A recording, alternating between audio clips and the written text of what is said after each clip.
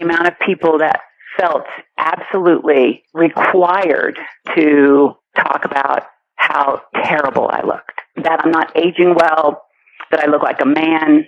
Why would I even post a picture like this? Hello, welcome or welcome back to my channel. In today's video, we are going to be discussing the rise of celebrities aging backwards, how this could be the normal evolution of cosmetic procedures, and some obvious reasons why celebrities are diving headfirst into these exclusive yet elusive treatments. So if you're interested in a topic like this, and without talking too much, then let's get right into it.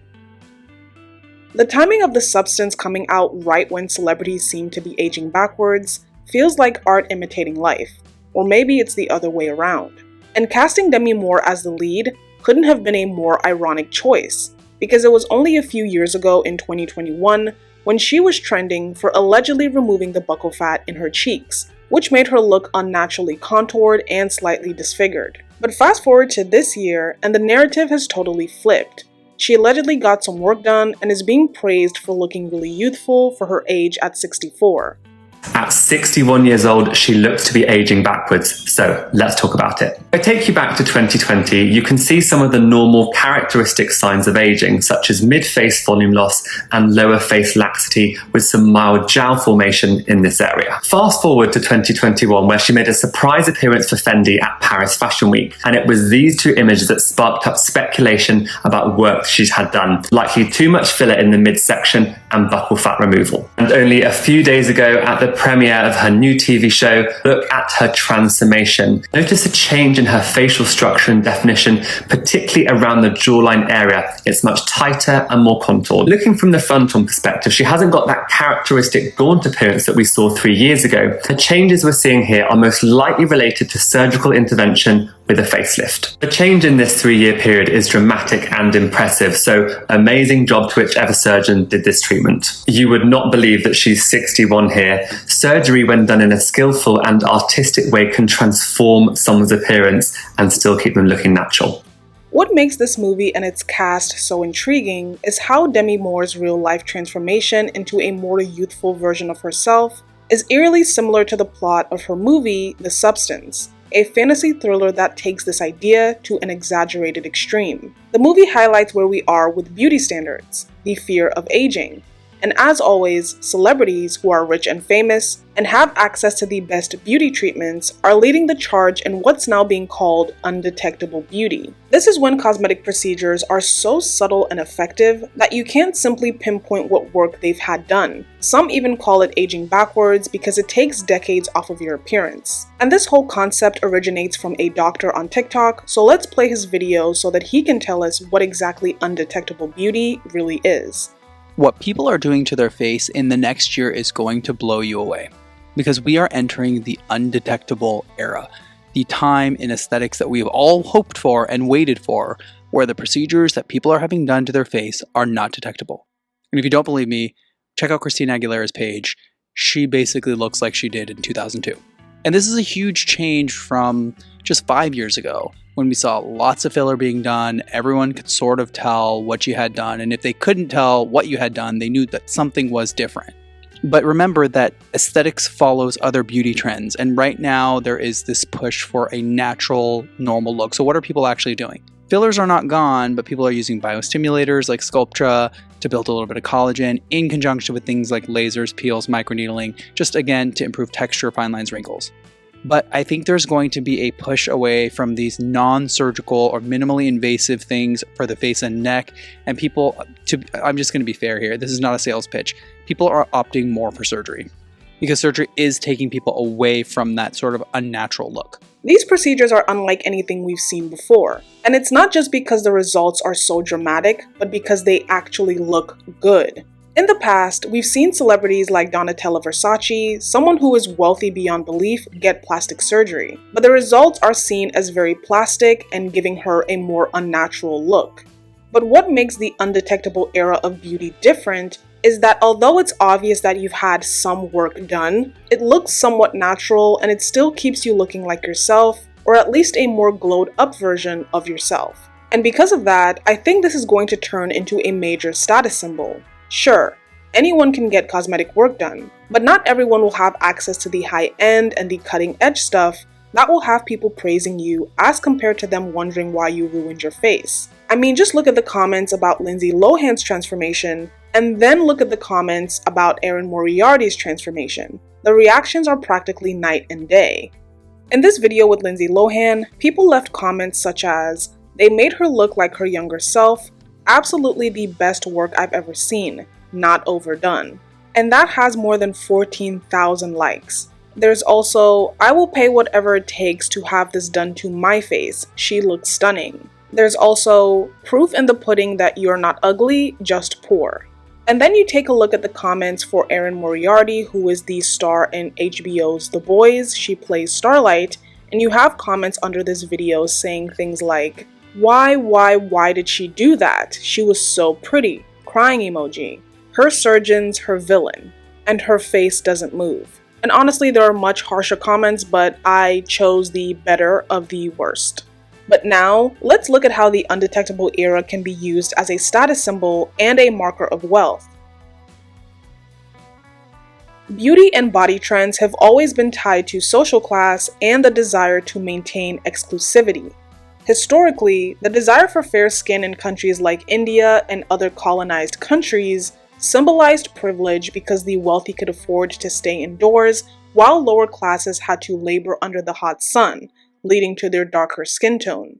Likewise, during the Italian Renaissance, if you had more flesh in the face, neck, stomach, and hips, it would be considered a marker of beauty and wealth. This is because only the rich could afford enough food, while the poor barely had enough to eat. And since beauty standards were closely tied to how much money you had, these preferences were widely depicted in the art of that period, with a fuller figure serving as a clear indicator of one's high social status. Today, the same dynamics play out, but in different ways. Beauty trends often start as status symbols, but they lose their appeal once they become too accessible to the masses. For example, as drugs like Ozempic, which provide dramatic weight loss results, have become more accessible, it has taken thinness off of its pedestal as a marker of wealth and status. Because before, you either needed good genetics or the money to afford the time to work out and to eat healthy. But because of the introduction and availability of weight loss drugs, losing weight or having a smaller figure is no longer impossibly out of reach or exclusive to only a particular group of people. So to put it simply, when beauty trends lose their exclusivity, the wealthy seek something new to set themselves apart. Now enters the era of undetectable beauty. Aging has always been seen as inevitable, something that no one, regardless of wealth or influence, could fully control. But with the advancements in cosmetic treatments and cutting-edge technologies, it seems that the rich and famous have already found ways to control the ability to age. And now, the general public is probably going to spend years or maybe even decades trying to figure out what enhancements have been done and how they can get it for themselves. I need to know what full body time machine Christina Aguilera entered into. She literally looks like her and Sabrina Carpenter could be the same age. And I know people have been saying this about her for a while, but literally every time I see her, I'm like, what did she do? I need to know. The girlies, we need to know. Because sign me up. It must be like a walk-in full body laser. Like, what? But I want to move past the idea of these cosmetic procedures being just another beauty trend that celebrities are indulging in and try to explore more practical and grounded reasons why this could be seen as a lifeline for them. For many in the entertainment industry, maintaining a youthful appearance isn't just about vanity, it's directly tied to their livelihoods. If you don't look drop-dead gorgeous at all times, or you begin to age, it can lead to fewer roles, limited opportunities, or even being phased out entirely in an industry that often equates youth with beauty and relevance. And unfortunately, Hollywood's track record proves that it's a visuals first and talent second industry.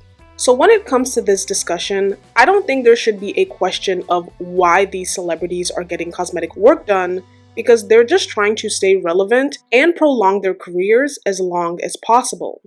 Chad Michael Murray, the early 2000s heartthrob, said in an interview with Variety, "It's a really difficult thing to deal with. You start getting grays and people start talking. I'm sure as time continues to move on and someone says, 'What happened to Chad? Why'd he melt?' it may affect me.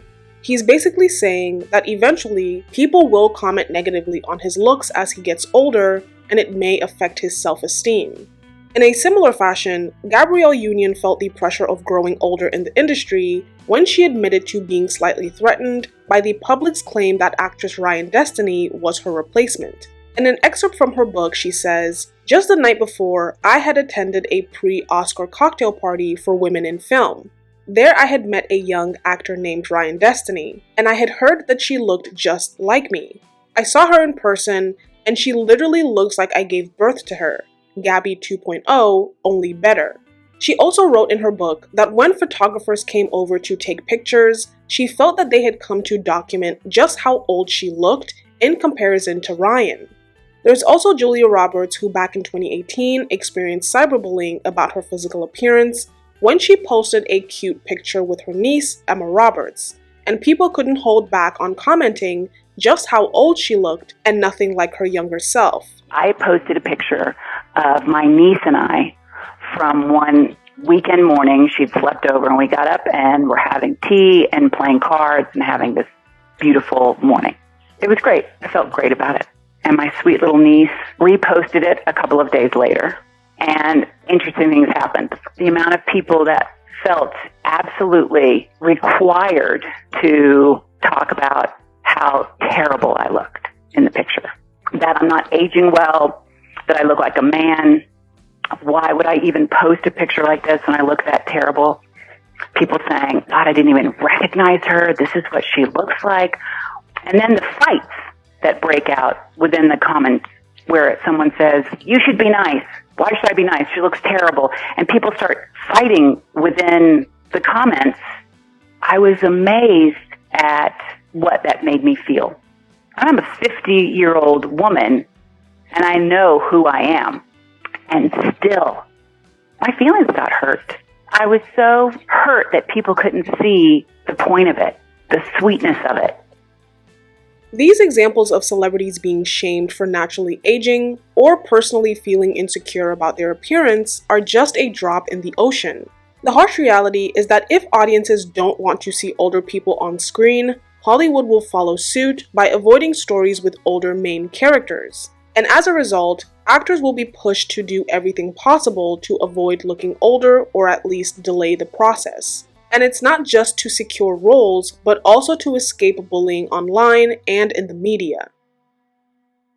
People always say that they want to see different features and want to see real people on screen, but then we turn around and we shame and make fun of people who are not perfect or don't fit strictly into specific beauty standards. I remember when the highly successful Netflix trilogy To All the Boys I've Loved Before got a spin-off, and people couldn't stop talking about how the main character and actress had really distracting teeth.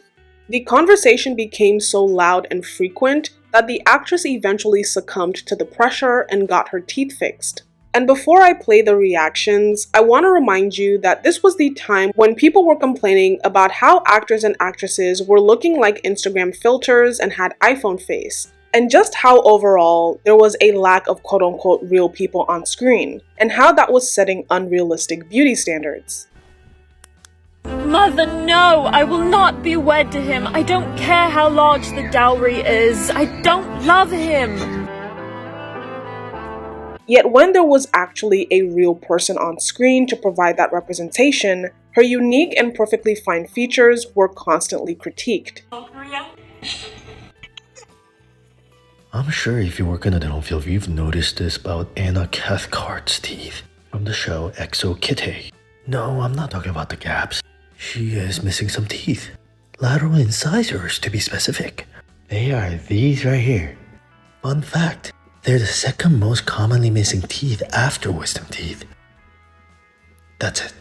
Just wanted to be the first person to point that out. Apparently Anna Cathcart got her teeth done. I hope it wasn't due to bullying, but let's dive into what we think she had done. Here's my video from last time. What I said in that video was I thought it was age appropriate.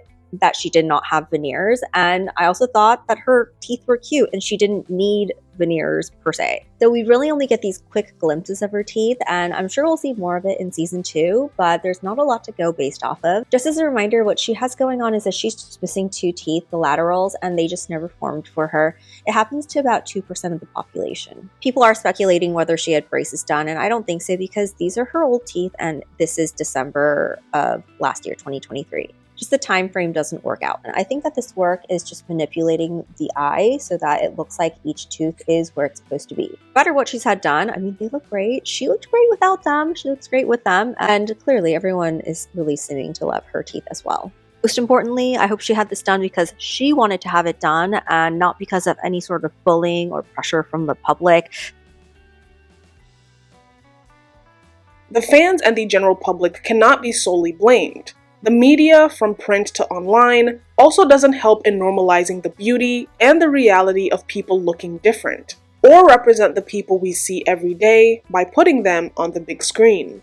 Season 3 of Bridgerton has rightly faced a lot of criticism for its storytelling and other creative choices, but there was also a lot of unfair criticism being directed towards Penelope Featherington, who is played by Nicola Coughlan, about her weight and physical appearance. During a promotional Q&A about the new season, a journalist commented that she was quote-unquote very brave to play the role of Penelope, and this was her response. You have to acknowledge you are very brave for this role. You know, it is hard because I think women with my body type, women with perfect breasts, don't.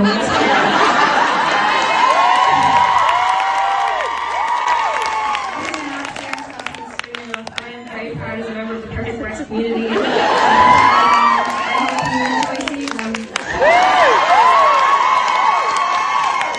Fortunately, she managed to turn an awkward situation to her advantage with her sense of humor. But this is the same kind of language that's also used online, where people will give backhanded compliments like, "Oh, good for her. She's so confident. I wish I had her courage," as if she's doing something so out of the ordinary. But the quiet part that's not said out loud is that many people do believe that she did something out of the ordinary. And those people include writers like Zoe Strimple, who wrote an entire article in The Spectator titled Bridgerton's Big Fantasy, which, if you can tell from the title alone, is a condescending and mean-spirited opinion piece which is devoid of much genuine criticism and is mostly just about how she thinks Penelope/Nicola is too unattractive for the role. In a direct quote from her article, she says, "She is not hot, and there is no escaping it. As I was reminded recently when she graced Harper's Bazaar's cover in a fabulous outfit that still did not change her not hotness. She's not shapely, she's fat. There's nothing wrong with fat. It's hardly a moral shortcoming, but a zest for equality and diversity just isn't enough to make a fat girl who wins the prince remotely plausible. In the cruel visual semantics of the screen, poor plump Penelope may be set up to win her man, but will she win her audience?" End quote. The opinions expressed in this article are rooted in the idea that fat people are excluded from love and romance, a belief that is easily disproven by simply observing real life. Sit in any park or public space, and you'll see couples of all shapes, sizes, and appearances. Love is not as exclusionary as this article implies. On the surface, the article says that Penelope is too fat to be a romantic lead opposite Colin, who is a conventionally attractive male character. But much deeper than that, it perpetuates the idea that only a certain type of person is guaranteed true love and romantic affection. And look, if you don't find Penelope attractive for your eyes or anyone else in media that you want to watch, that's fine. Everyone is attracted to different things and different people. But what is most troubling is the very popular belief that beauty alone guarantees love or a fairy tale life. Of course, while being conventionally attractive may bring you more societal privilege or more attention, it is not a safeguard against heartbreak, neglect, or failed relationships. If beauty were truly a guarantee of love, no beautiful person would ever experience infidelity or emotional neglect in their romantic relationship.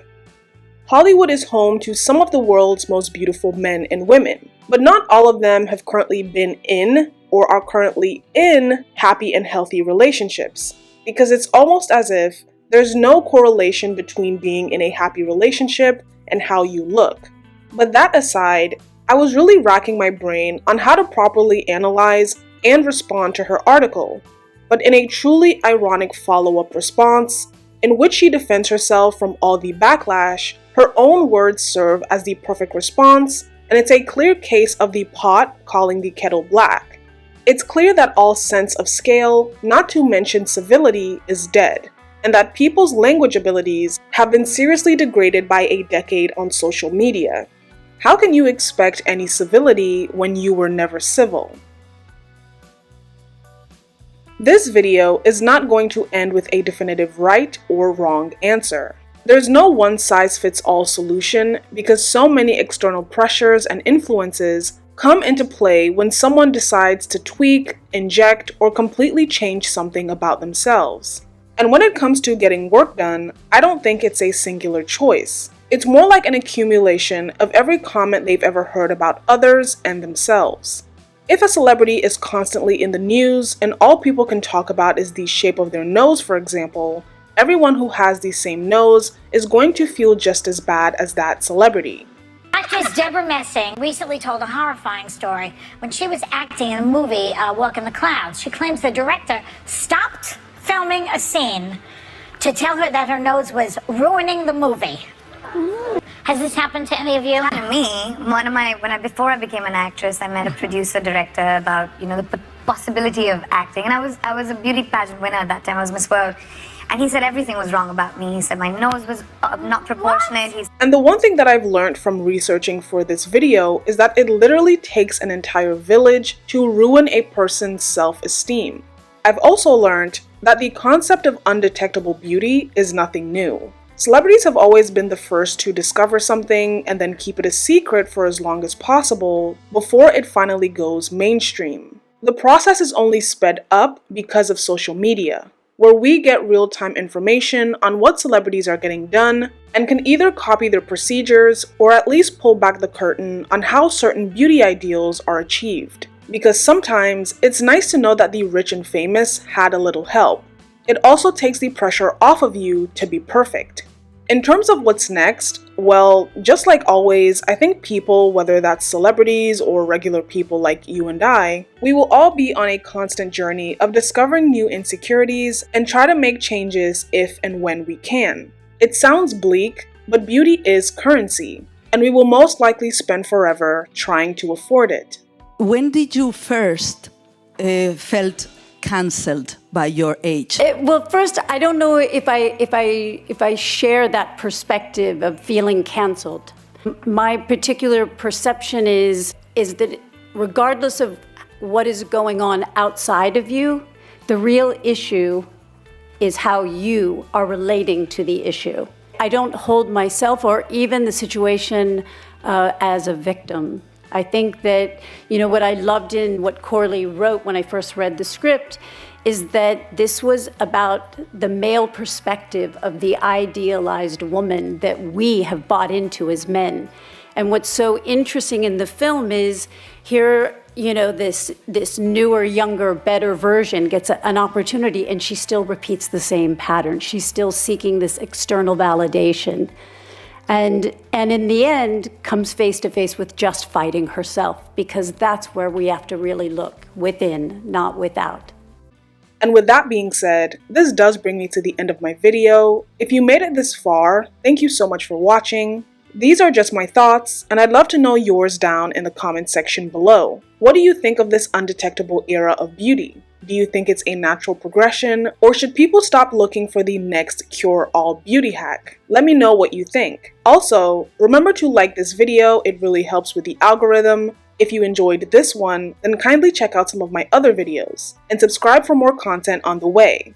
Again, thank you so much for watching, and hopefully I'll catch you in my next video.